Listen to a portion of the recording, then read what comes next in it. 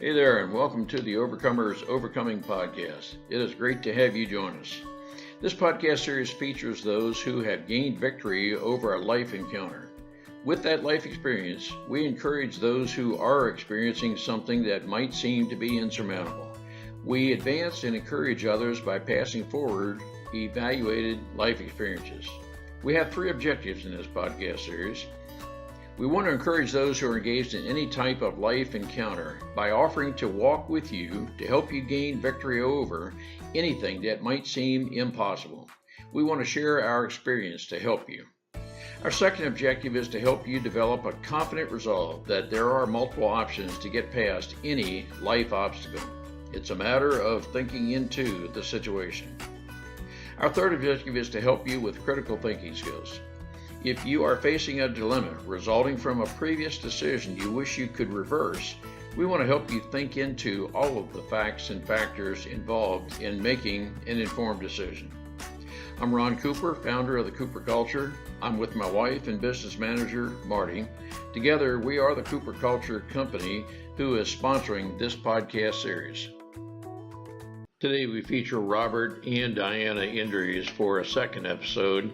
Our first episode was Diana herself, where she spoke about values in dating. Today we talk with Robert, who initiated this conversation about values. When he was in Mexico, he was dating a girl and decided he wanted to discuss values with her, and it turns out she did not meet his values.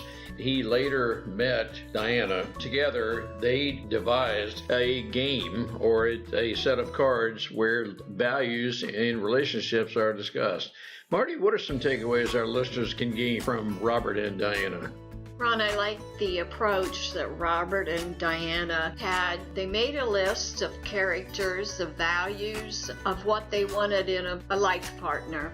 They all matched. He had 36, she had 21, and they met all of those character values. His number one character was when you're in a discussion and it comes to be a heated discussion, be a mature person, no name calling, no yelling. Just sit down and talk about it and don't feel offended, just get it resolved. Robert and Diana agree with each other. They will not denigrate each other's character. It's a great opportunity to strengthen our relationship. Let's listen and learn together. Robert and Diana, it is good to have you back with us. For our listeners, we had our first podcast with Diana, who told us about Robert and the values that he had written years before he met Diana. And it turns out that Diana lived those values as he was able to discern Diana. And I don't guess there's anything that's a perfect marriage, but let's just say it sounds like you got off to a good start. And perhaps those values are what keeps your marriage together and so forth. But our listeners, Robert and Diana, will be very interested in knowing what the role of values is in finding the right life partner. I'll just say very briefly, Marty and I believe that marriage is intended to be a lifetime commitment between two people. Marty and I, effective September 7th of 2022, will have been married 54 years. And while we've gone through various struggles, it's still a good life. But Robert, start us out. How did you develop the values? How did you know you had those values established some number of years before you met Diana, it seems? Welcome aboard. Thank you so much for having us.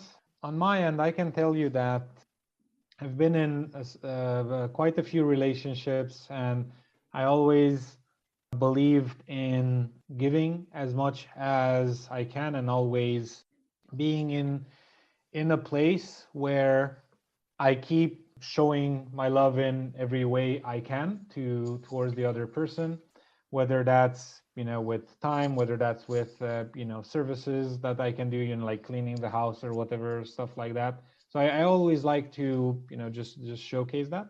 And so I had the various different relationships. And at one point, I got in a relationship with a girl that was from Latin America, from Mexico. I really liked her.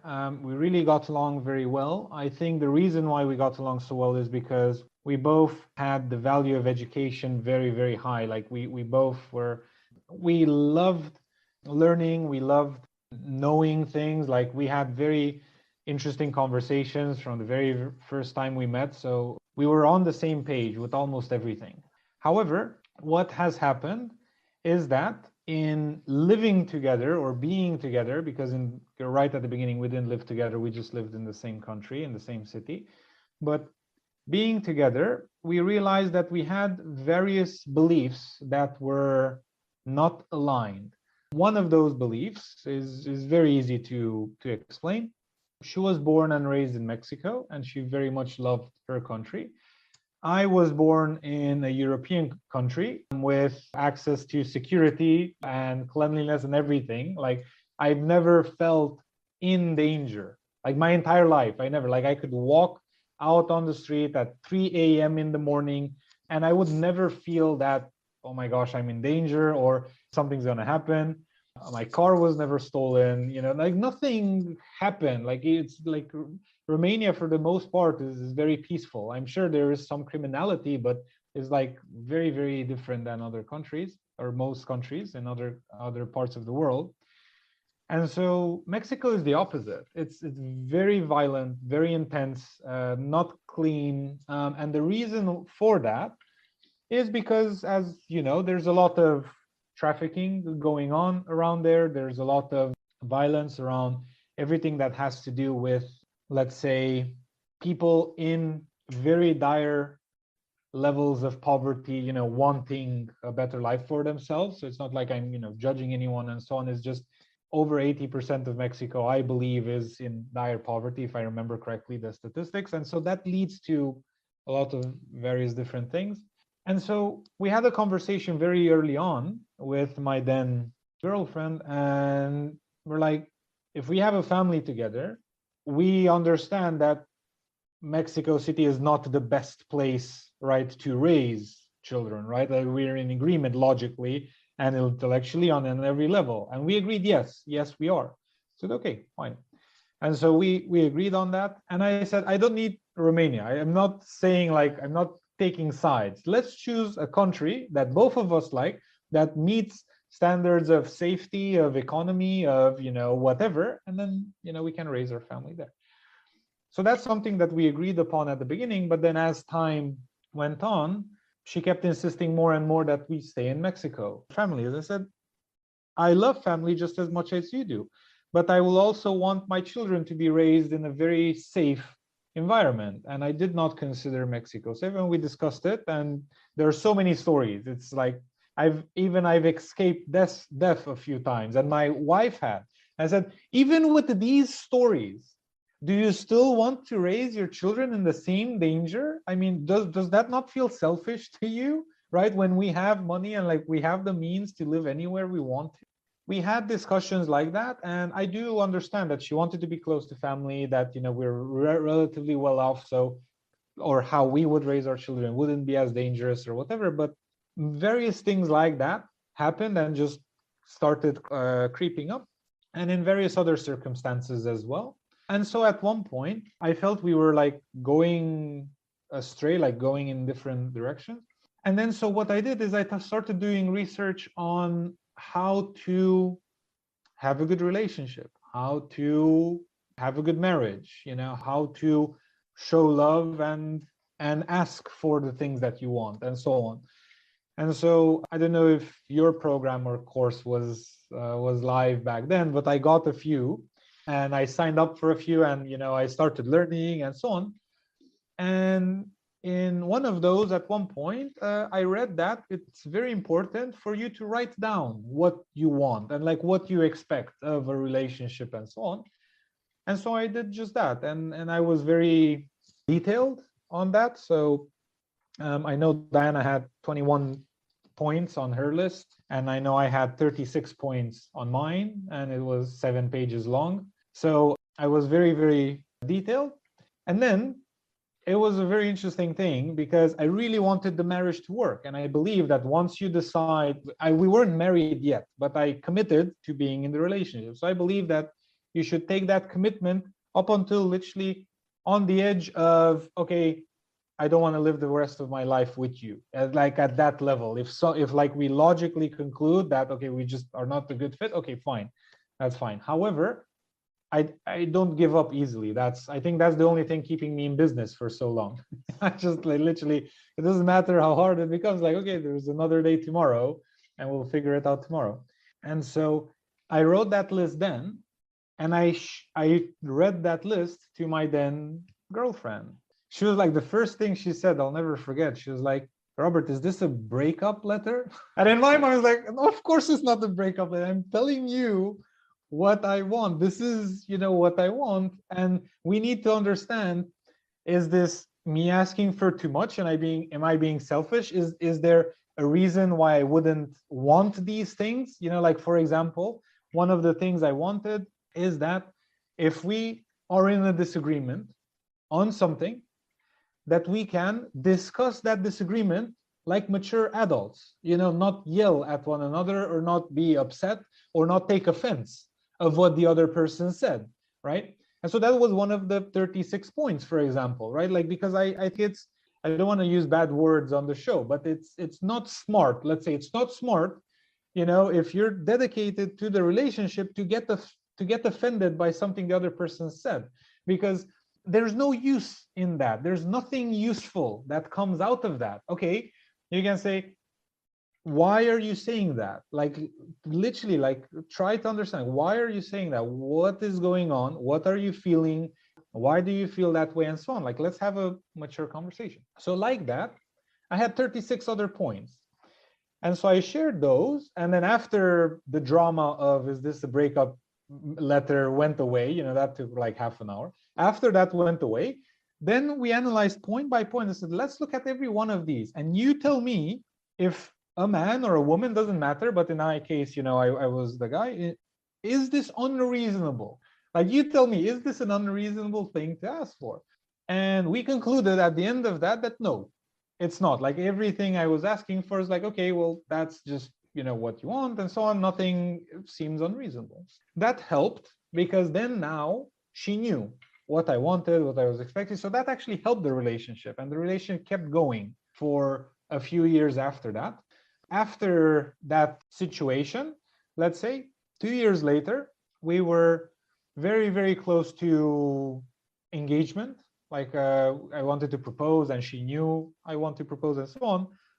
And right before that, we had a very, very serious conversation of where our life is going, where do we want to go as people, and so on and so forth.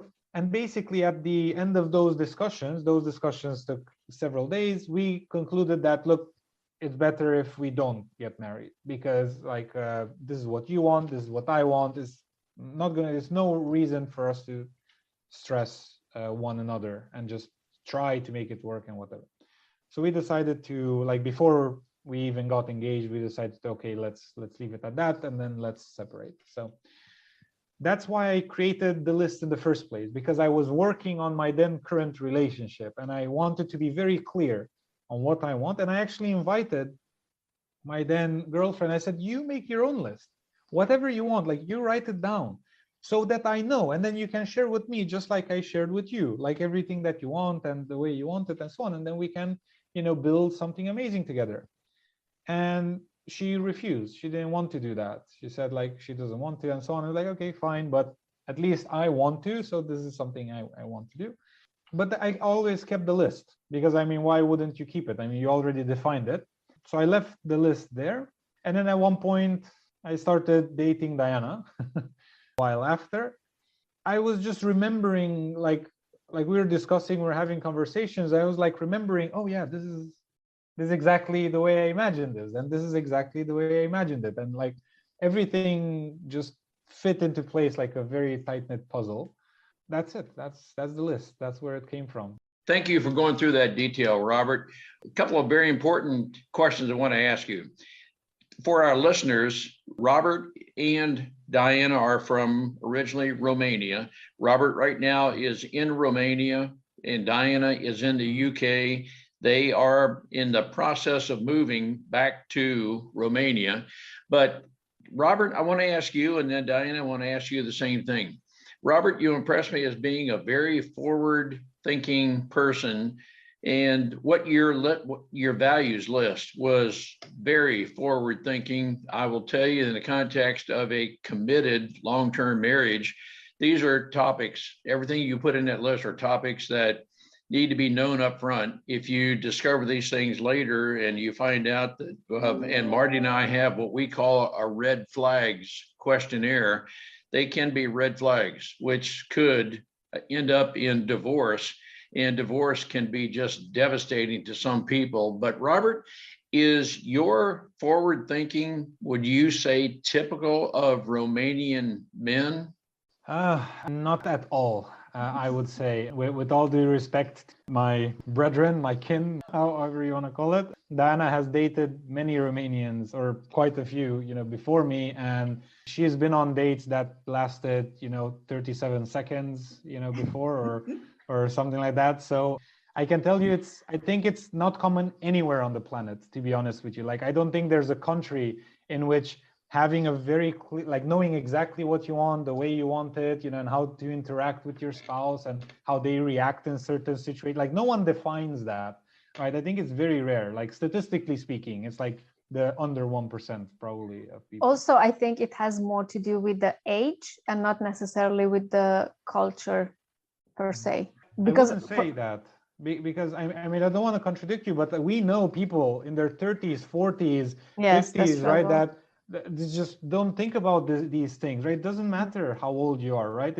I do think it's you actually caring, because if I wouldn't have cared about making my relationship outstanding, I wouldn't have taken those courses, right? And I wouldn't have invested the time and the reading and so on, just like you, because you've done the same thing, right? Yes. So I think that is what actually distinguishes the people that do this versus the people that don't. The people that do this invest and want to build a great relationship.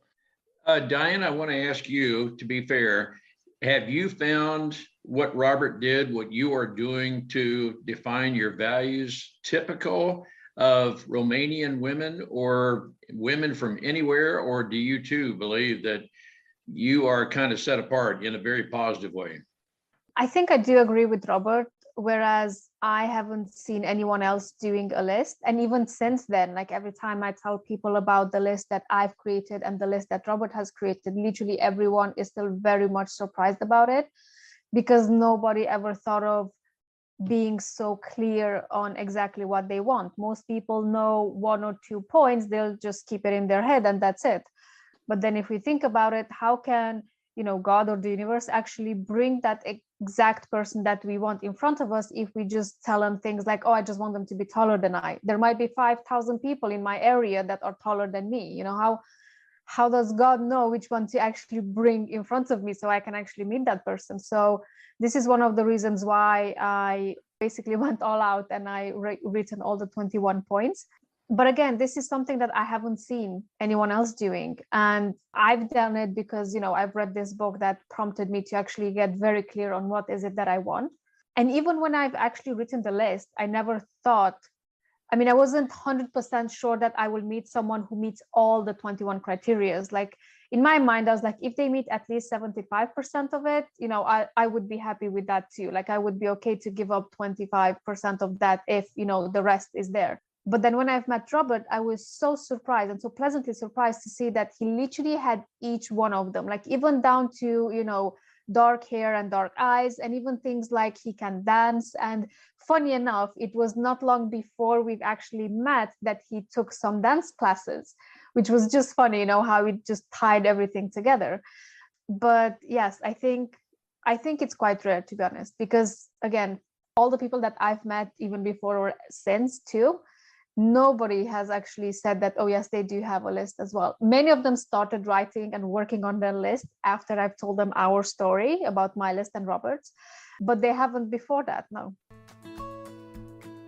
Making a list of values of your prospective lifetime mate or the person with whom you want to have a connected relationship may seem to be very mechanical, but yet it is at the foundation, the very foundation of a relationship of trust, a relationship of lasting values, and it is just essential to understand what it is you're looking for and discuss during the dating period exactly what it is you're looking for, those values.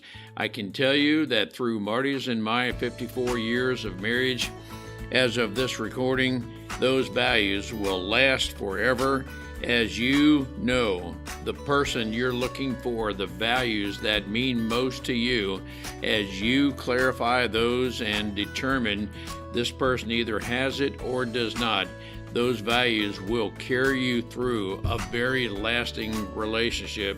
I want to encourage you, if you are dating, if you already have a relationship, discuss values. That's very astute on each of you. I will tell you, with Marty and I having been married almost 54 years, there are cultural and family differences. Even if you're marrying somebody a couple of states away, which is what I did with Marty. Marty is from Indiana, I'm from Maryland. We have family differences, and Marty celebrates holidays and things maybe a little bit different than us, than in my family, but we need to discuss those things because we know, and Robert and Diana, I think you know as well, there are things that you don't think about while you're dating that will become topics the longer you're married, that, oh, by the way, we do things just a little bit differently. And are you able to bring together any differences you have, or are they going to be items that separate you, and in some cases permanently? Robert, I really like the one that you put down as to arguments, discussions, let's say discussions, and being mature about it and not feeling offended, because you can, just by one word, you can feel offended. So the maturity of a discussion, I really like. Thank you. Yeah, it's after living in a Latin country for 3 years, being part of the telenovelas, right, and the dramas and so on, and like, I never wanted this. You know, in Romania it's so different because people aren't that dramatic. You still see it like everywhere. You know, there's drama and so on. Like, oh, that offends me, or you know, this is insulting. Sometimes people say, you know, or whatever. And like, we know one another for 3 years. How can anything either of us say insult the other? I mean, seriously, like, we know we don't insult. Like, as a principle, we don't insult others. So if you're finding insult in something I said or did, then that's probably because there's you don't understand why I said it or why I did it, right? Or vice versa, or what's going on in my life that makes me feel that way, right? It was on the list. Again, I think it's difficult to find, right? If you write a long enough list, it can feel like, how should I say, like Pandora's box of, you know, like it's never gonna happen. I was lucky, so I'm happy about that. What I would add to that about lists is, you know, for people to actually get very clear on what they want, because even when we were dating and even before discussing our own lists, we set certain, let's say, ground rules from the very beginning. For example, from even the very start, we set in place a weekly date night, which we still keep. You know, we are 4 years married now, and we're still keeping our weekly date night, especially if we are together. But even things like, no matter how angry we get with each other or on anything else that's happening in our lives, we should never, under any circumstances, start calling each other names. You know, it doesn't really matter how angry we get, even to the point of bursting. We should not call each other anything like stupid or any other name calling or stuff like that, because that's just demeaning. And again, that's not helping the situation and the conversation either. And we both feel that once you cross certain limits, you cannot really go back anymore, because something gets broken, you know, like either the trust in a relationship or either the respect or things like this. So we had few of these rules set in place from the very beginning, and we agreed on them, and we have still kept it to this day. Like, even if, because for example, I'm the very explosive one, like I get angry very quickly. But then, you know, I also calm down quicker. if I do feel that I'm getting so angry that I might actually say something, I would rather just literally walk away for like half an hour to cool off. And then I'm coming back when I'm ready to actually have that conversation. And we found that this helped our relationship so much, and it avoided a lot of arguments, actually. That's very well said. I want for you to address our listeners who are, let's say, maybe relatively early in the dating process, or maybe far enough along that I'm considering becoming engaged and so forth. Robert, let's start out with you. For the listener who's thinking, well, gosh, I can't even think that way. I can't even think of things that I think might be taboo topics or those things that could be very divisive between us. You two have a very novel, I'm going to call it a card game. But Robert, how would you help that person who's in the dating process think as far into the future as you did, but help them think about some things, topics perhaps I couldn't even begin to think of? Well, I think something that's important is for all of us to decide who we want to be in life, right? And what we want to do, and where are we going? Because if you're the type of person that wants to be a bachelor until their 70s or whatever, okay, fine, that's your decision. That's something you want to do. And then guess what? You don't need to think about how the person cares for children or things of that nature, because it's really not necessary. You don't plan on doing that. So I think it's more about being in alignment with what's actually important to you and what you want in your life. Because guess what? Out of 7, 8, 9 billion people, however many people there are, there's probably one person that wants exactly what you want in a relationship. There's a very high probability, right? And maybe it's not exact, but it's somewhere there. So you might have unreasonable expectations of someone like that. That might be unreasonable. I don't know. Again, you can have a discussion with an adult and see, okay, like maybe your friends, or if you don't want to share, maybe with your girlfriend when you think you're ready or whatever. But basically, initially you say, I can't think of what I will want. Okay, well, let me tell you something. If you can't think about what you want from a relationship or in life, then basically you're living life very much on the whim of the wind, right? Because you are not defining what you want in life, right? Like you're not setting yourself goals or whatever. And then some people can say, oh no, I do set goals. Like I'm very clear. I want this, I want that, I want the other. I actually remember, because I do coaching as well, but career coaching and executive coaching. And I remember someone told me, Robert, I'm very clear on what I want. I'm like, okay, show me your list. They said, I have a list. I'm like, okay, show me your list. And they said, well, and they were talking to me. I can tell you more things, but let's say the high level, I want this house, I want this car, I want these many children, I want to help my family in this way, and so on and so on. And he explained all of those things. I'm like, okay, so as far as I can see, you have no clear goals at all. And he was surprised, like, what do you mean, Robert? No, I have all of these goals. I just shared with you 20 goals. I'm like, no, you don't. Like, you tell me, like, let's go to the street right now. Let's ask 100 people if any of them wants a bigger house. Like, let's literally ask, like statistically, let's ask. Let's ask any of them if they want, eventually to have a family. Let's ask any of them, and so on. And said, you don't really have goals. Said, this is just what society is telling you that you should have, but they're not really your internal goals. And like, you need to define much more clear what you actually want. So that's one. Then number two, people can say, okay, I have goals, but I don't have goals for my relationship because, I need to fall in love and I need to do this and so on. Like, we've heard this stuff. And I'm like, okay, there has been other research done and other stats to say that the happiness someone feels on a day-to-day or in their life is impacted by their relationships, especially their closest relationships, by 85%. In other words, 85% of your happiness or unhappiness, right, or misery, is due to the people you spend most time with, right, whether that's at work, in your house, or otherwise. So 85% of your happiness is defined by the people you spend time with. Okay, well, let's think about that for a second. You can set yourself financial goals, health goals, and every other goal.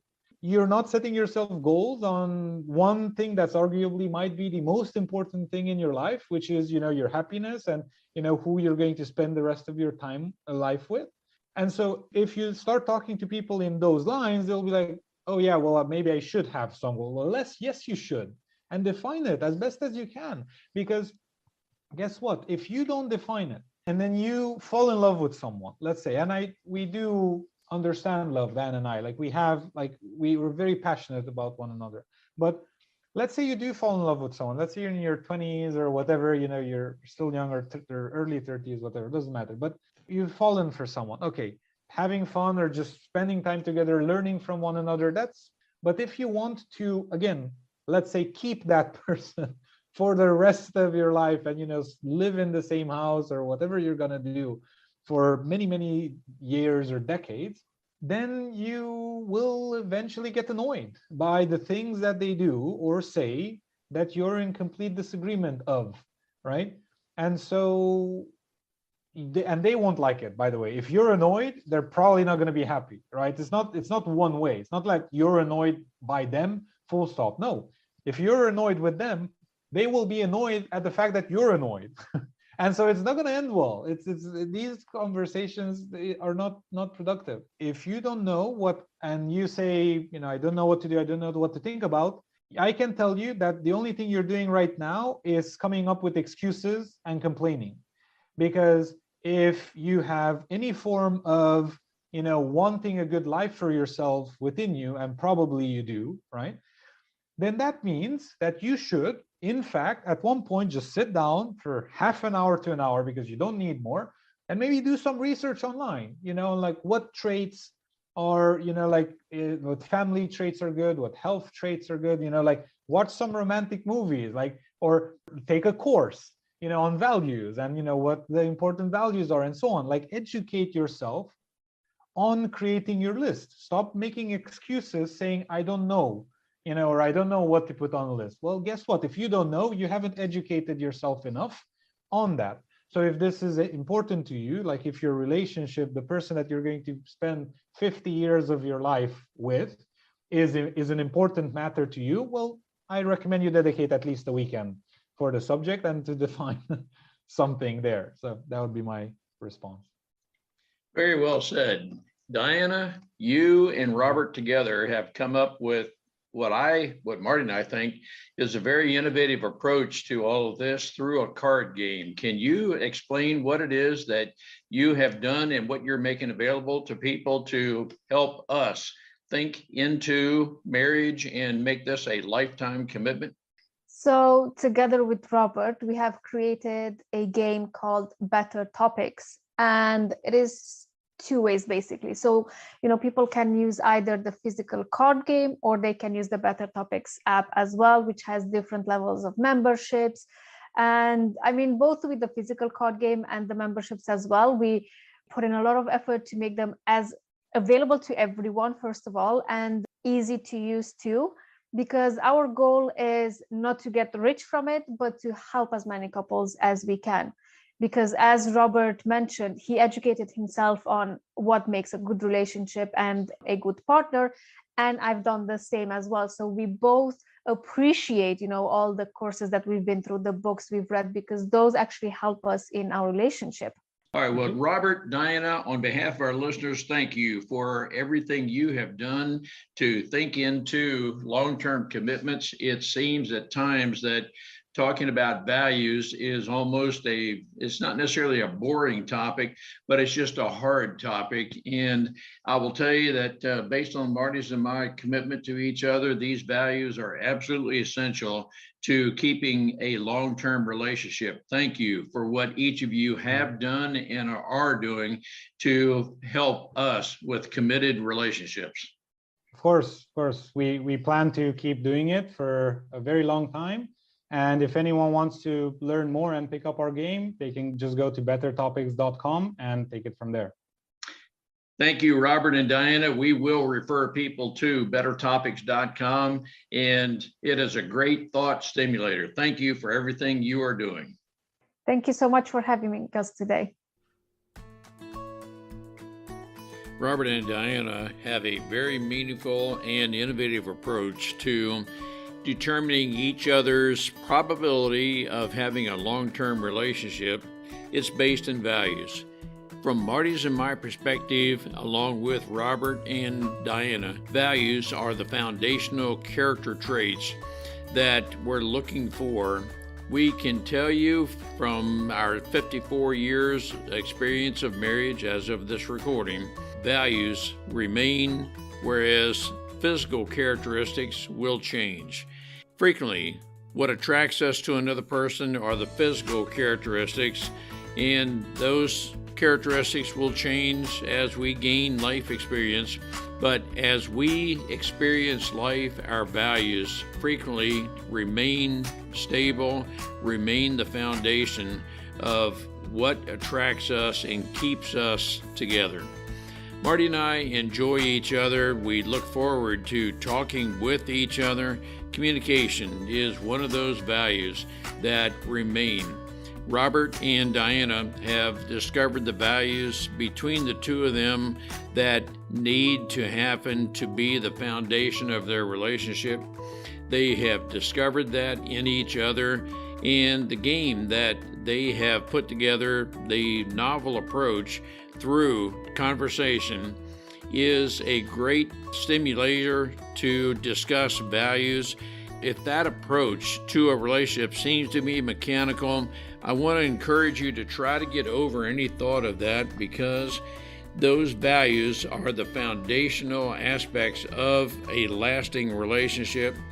Our heartfelt hope is you go into a relationship, if it is dating that can potentially lead to marriage, our heartfelt hope is you want to be committed to a lifetime relationship.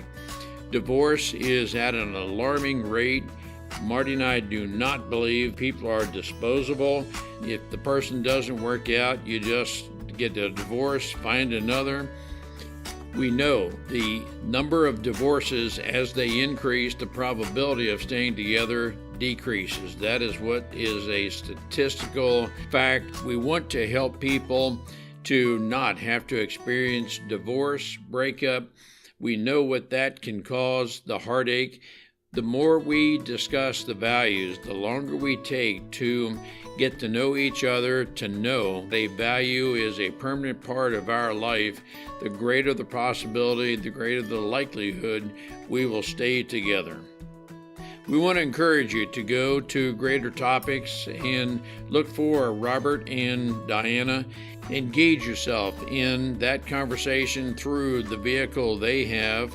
We also want to encourage you to engage in and look for the digital relationship course Marty and I have put together. Either one can help a long-term relationship. Our relationship course starts out with core values that we call the character traits that you're looking for. We go further to put together a red flag questionnaire that, as you have learned to know each other in a relationship, we have a series of 45 questions, a simple yes/no, that can help you determine if a relationship is potentially one where you need further review. If you're in a toxic relationship, we want to help you determine that and help you make that better or terminate that relationship, whichever is most appropriate. We also want you to know that everyone can benefit from coaching. Coaching is an aspect of getting to know yourself through self-awareness, and it is a matter of identifying anything that may be operative in your subconscious that, when provoked, can be a matter of that subconscious aspect being conscious and actually controlling your conscious behavior. Marty and I are certified coaches through the John Maxwell Certified Leadership Team. Let us know if we can help you be the very best you were meant to be to live your God-given potential. Contact us at ron@thecooperculture.com or Marty, M-A-R-T-Y, at thecooperculture.com. Let's schedule a complimentary 30-minute coaching session. Through that, we can help you determine if either of us is the right person to help you live your greatest potential. We hope we can warrant a 5-star rating with this podcast series. We hope you will want to subscribe. We hope you'll also want to engage with us in the comment section. Share this podcast with your Facebook friends, your LinkedIn connections, your Twitter and Instagram communities. The more we share, the greater the likelihood we will learn from each other. And when we learn from each other what has worked, what has been less successful, the greater opportunity we will be to advance others to their greatest potential. Let's share with each other. We look forward to working with you.